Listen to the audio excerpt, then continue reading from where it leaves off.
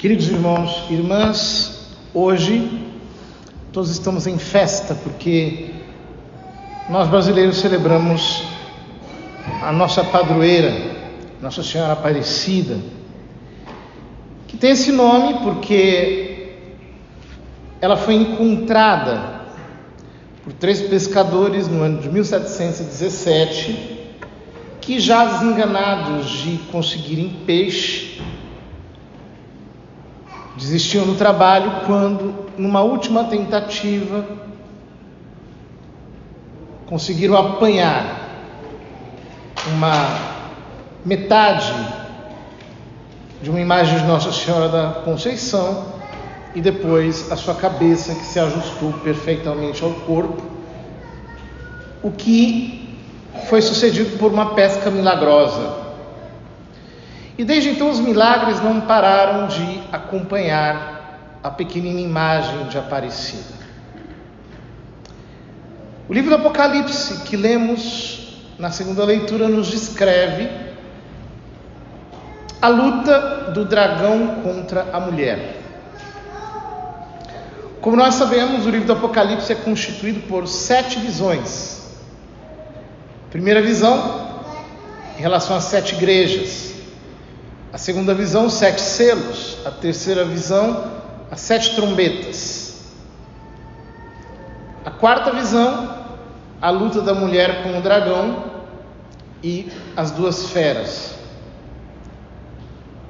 Depois vem a quinta visão, que são as 7 taças. E por fim as 2 últimas visões, a queda da Babilônia e a Jerusalém Celeste, que desce de junto de Deus. Portanto, no meio destas 7 visões, nós temos a visão central, a luta do dragão contra a mulher. Primeiro aparece essa mulher gloriosa no céu, vestida de sol. O sol representa a graça de Cristo, a vida divina que a penetra. A Escritura diz que o Senhor é como um sol, é um escudo para aqueles que dele se aproximam. Com a lua debaixo dos pés, porque a lua representa a instabilidade do mundo caído. Este mundo que é regido por tempos, por estações, por fases, por ciclos, estão debaixo dos pés da mulher. A mulher, por assim dizer, triunfa sobre tudo isso. Ela carrega na cabeça uma coroa de 12 estrelas. Essas 12 estrelas representam a fé apostólica e estão sobre a cabeça porque a mulher contempla a verdade da fé, que, por assim dizer, ilumina os seus pensamentos. Ela está em dores de parto para dar à luz aquele que vai reger as nações com cetro de ferro. Se ela está entre dores de parto,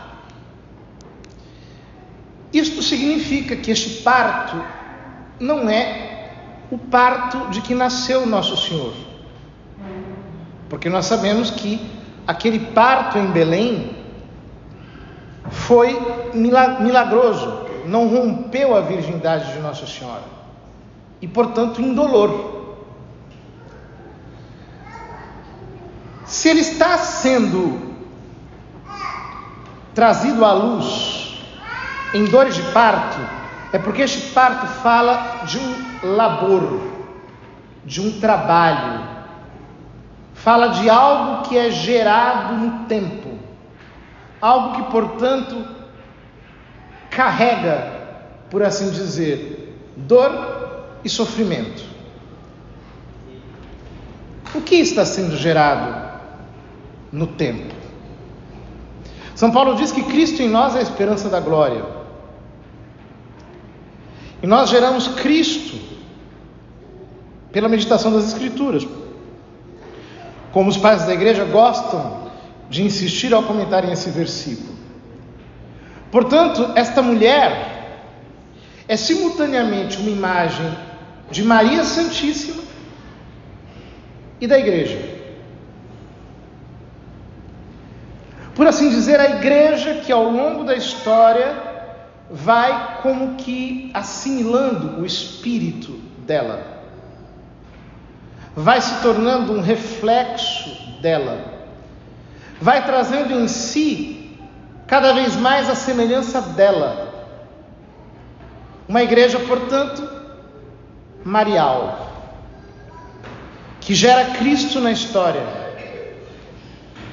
pela pregação da palavra, fazendo com que nasçam novos filhos para Deus no meio deste mundo instável e tempestuoso. No céu aparece um outro sinal, um dragão vermelho, um dragão cor de fogo.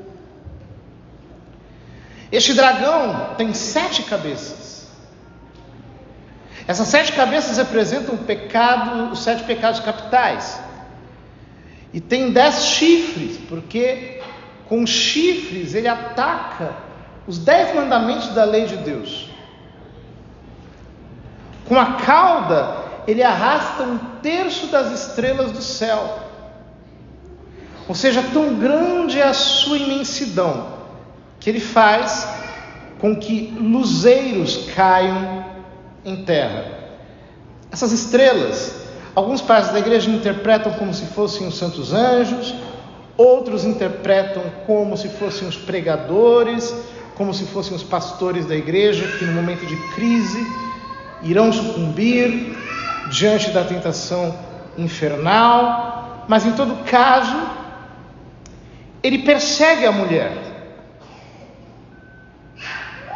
e persegue o seu filho,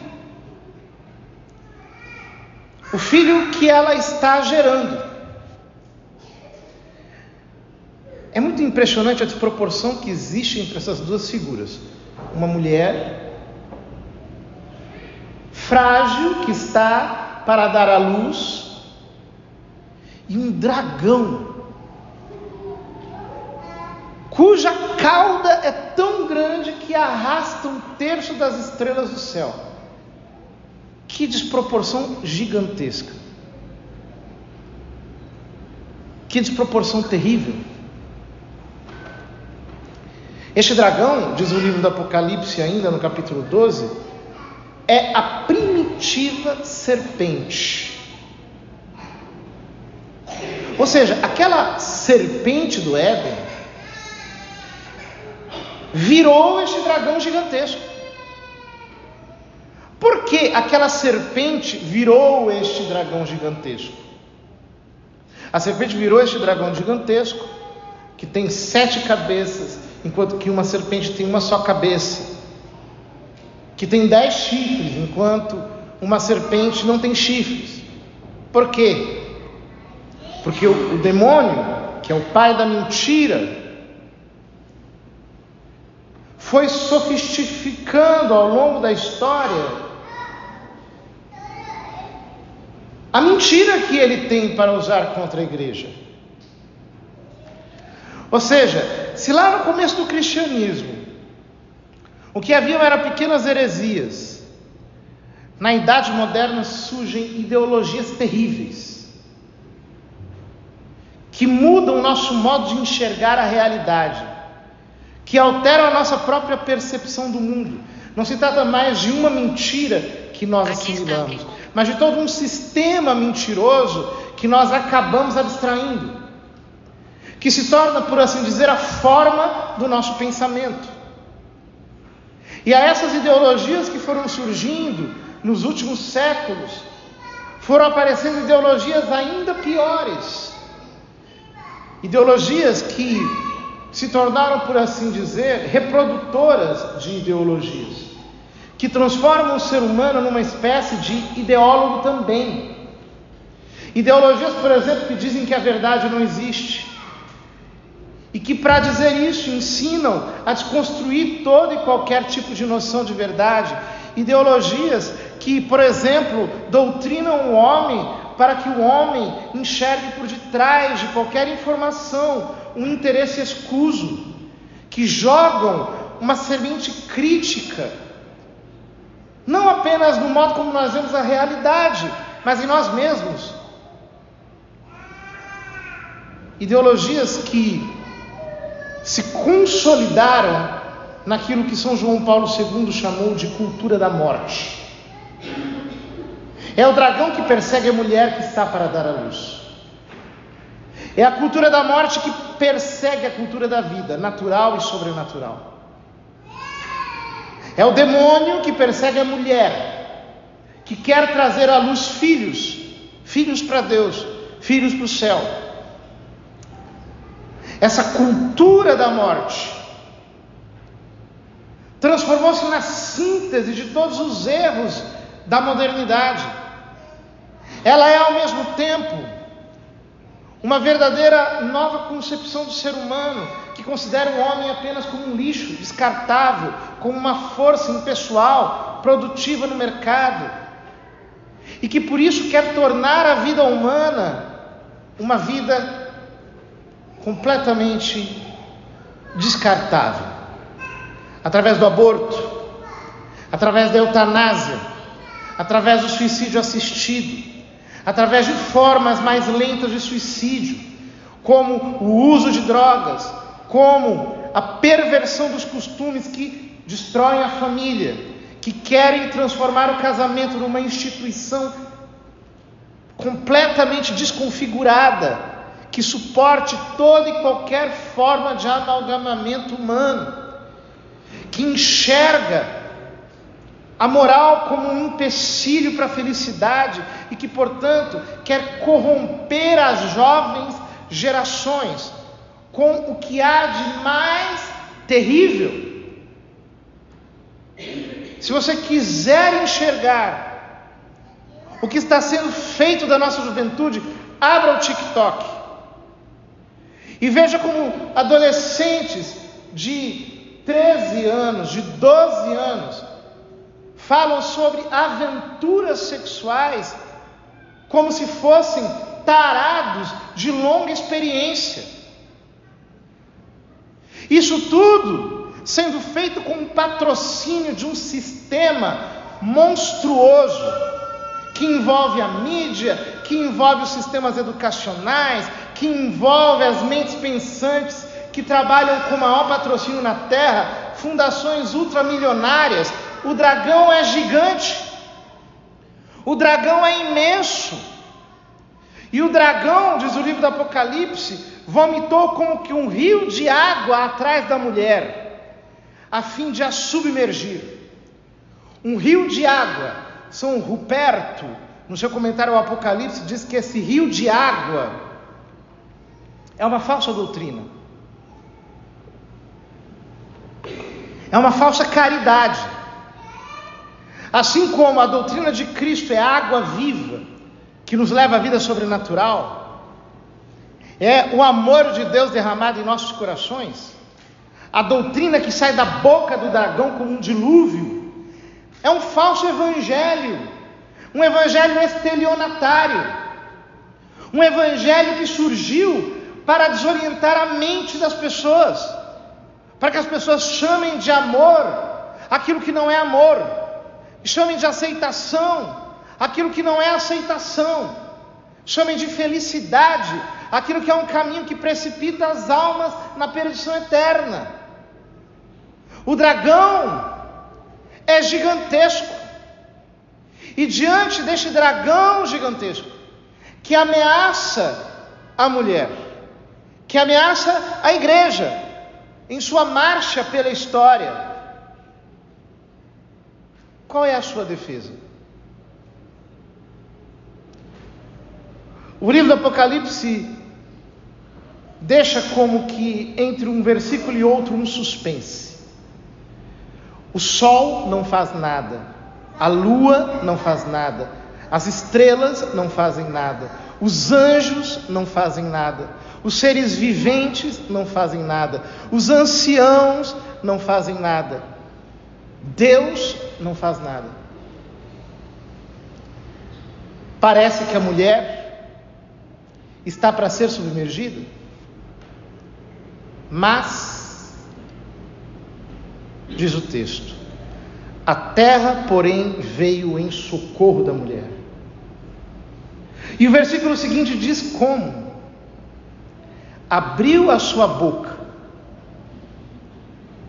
A terra abriu a sua boca. E como é que a terra abre a sua boca? A terra abre a sua boca pela intercessão. A terra abre a sua boca quando grita diante do trono de Deus. A terra abre a sua boca quando ela clama o socorro do céu. A terra abre a sua boca quando, pela oração, insta Deus a agir. Faz, como diz o Salmo 62, o Senhor lembrado das suas promessas. Quando, mediante os seus clamores, ela faz com que Deus mexa nas estruturas da terra e a própria terra engula o rio vomitado pelo dragão. Essa intercessão é tipificada na intercessão de Esther, na primeira leitura. Esther que toma a defesa do seu povo. Esther que não fica indiferente diante da sorte dos judeus. Esther que enfrenta o decreto de morte. Todo aquele que chegasse diante do rei, sem ser anunciado, morreria. Esther que atravessa o palácio real e que comparece na presença do rei e encontra graça diante dos seus olhos. Ela é uma imagem de Maria, aquela a quem disse São Gabriel: tu encontraste graça diante de Deus. Tu achaste graça diante de Deus. Assim como Esther intervém na história do povo judeu, Maria intervém nas bodas de Caná e muda a rota do desastre.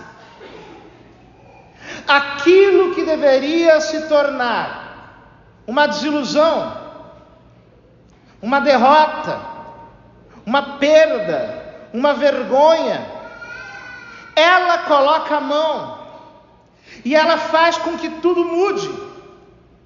Cristo entra em cena e transforma a água em vinho.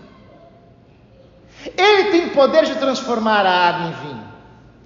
Ele tem poder de mudar as circunstâncias. Ele tem poder de mudar todas as situações. Ele tem poder de fazer tudo aquilo que Ele quiser. Ele tem poder para alterar a rota dos acontecimentos, se isso for para a sua maior glória.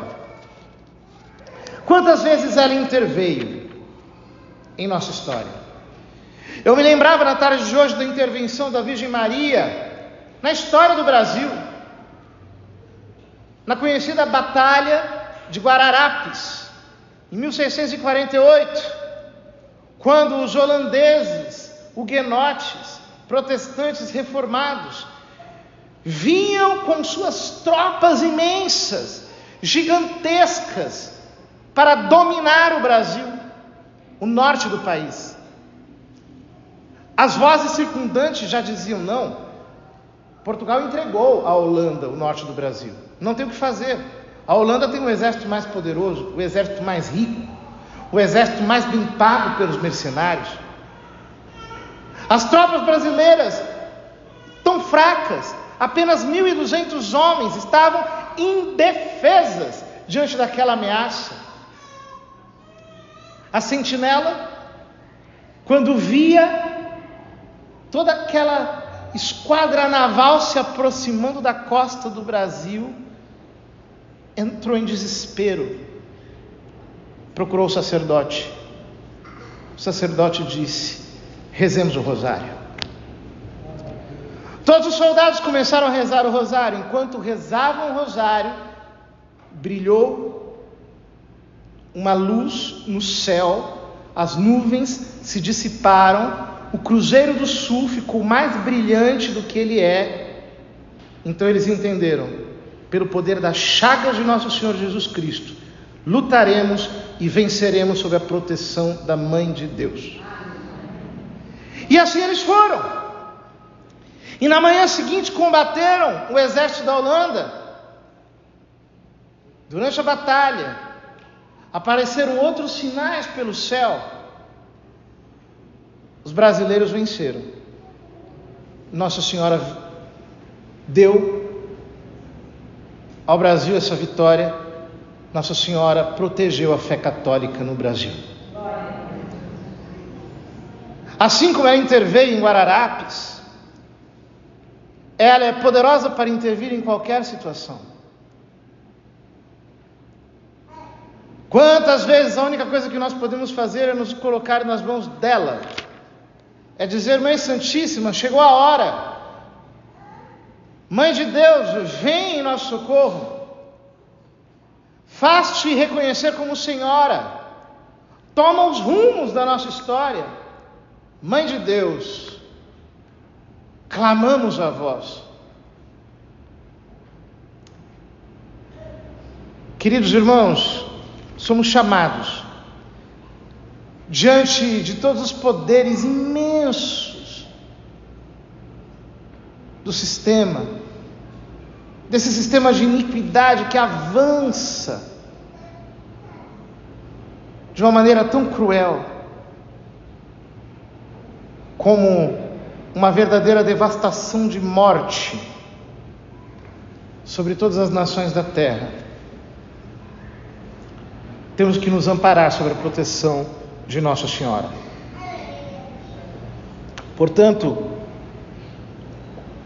nesta festa de Nossa Senhora Aparecida, Rainha e Padroeira do Brasil, confiemo-nos à sua intercessão.